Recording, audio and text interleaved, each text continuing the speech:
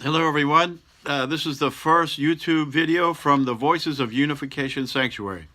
We're going to discuss an excellent event we attended yesterday at the Southern California Republican Women and Men our monthly meeting, where they have wonderful guest speakers. The person we met yesterday is Dan Gifford. He's an Oscar-nominated and Emmy-winning filmmaker and documentary maker, also an investigative journalist, also worked for government, for academia, and dates all the way back from the days of Kennedy till now. He's going to speak about the Second Amendment and the problems that we have today with unable to defend ourselves against crime and also against an overzealous government. This is the event, the brochure. Here we go. There's Dan. And we had different goals there. There were 4 people running for city council of LA on the Republican Party. We listened to their speeches and discussed with them. One of my goals was to introduce this book, The Rod of Iron Kingdom by Sean Hyung-Jin Moon, to the speaker, because I think it coincided with his interest and his discussion. Anyway, let's tune into the discussion. Los Angeles Republican group, men and women, and they have a really good speaker every month. And yesterday they had Dan Gifford.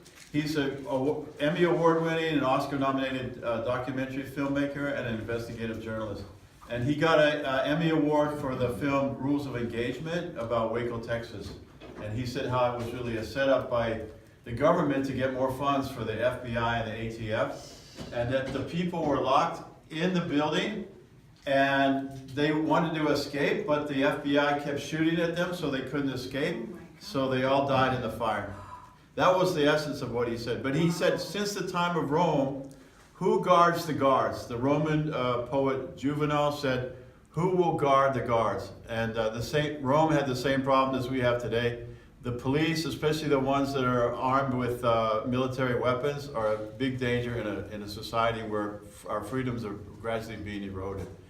So anyway, I gave the book, Hyung-Jin's book, Rod of Iron Ministry, to him, and we discussed it for about 10 minutes, and he was very open. And so at first he looked at the cover and he kind of pulled back, and then I said, this is from Reverend Sun Myung Moon's son, Sean Moon, who wrote this book. And then he warmed up because he liked Reverend Moon. He knew him very well. So anyway, and then we had a good discussion. So anyway, Richard was doing a lot of talking too, and he's really the one behind all this. Okay, so I'm a member of the Southern California Republican Women's and Men's Association. And so I invited Mark and my friend Marco, and so we all attended. Yeah. And this guy who was talking announced that he was a Democrat. His name's Dan Gifford, an actor, producer, and you have to be a mayor's son, and he had been from New York and Maryland, and then he came out here to California. So it was unusual having a Democrat talk. Right. And he didn't seem to like the NRA and wanted them to change, but he didn't offer a viable alternative. So it was kind of strange. Well, we're different. Anyway, I thought overall he was good. I mean, he was definitely in favor of the Second Amendment, and he was definitely liked Reverend Sun Myung Moon. So he may have been a Democrat. He's a Kennedy Democrat. He's not a modern-day Democrat. It's way different. He said he does. He obviously his views are conservative, but to be in Hollywood, you kind of have to be a liberal. We had a candidate for city council of LA gave a speech at this group too, and he's a conservative, but he works in the media, he works in Hollywood, and he's the only one on the set who was a conservative, and he got a lot of flack for it. So anyway, I think if you're gonna make it in Hollywood, you have to kind of play the game, so. Okay, so we had 4 people running for the LA City Council for Congressional District 12. And so the association was going to endorse one of them with a pre-election tally. And so I had 3 ballots to vote for him. So the guy who won was Brandon Sario. And he said he had grown up in the area, and he had been an actor. And after Trump won, all the actors had a emergency meeting, and they said, "Okay, this is really terrible, and it's all because of people like him." And they pointed at him because he was the only one smiling. Everybody was upset like crazy. So he'd basically been blacklisted as an actor. So, Right. and Roxanne, who also had run before, she'd also been treated the same way Right, in an earlier election. right. And the other three guys, they just didn't have a chance. But Brandon Sario is pretty good. So Yeah, he's a got young web guy, page, up and coming guy. and he's been trying to run for some time. Yeah. And he's a good guy. In the valley, there's a bunch of actors and people like that who are running for Congress. Who was that congressional guy that was? He was in different shows.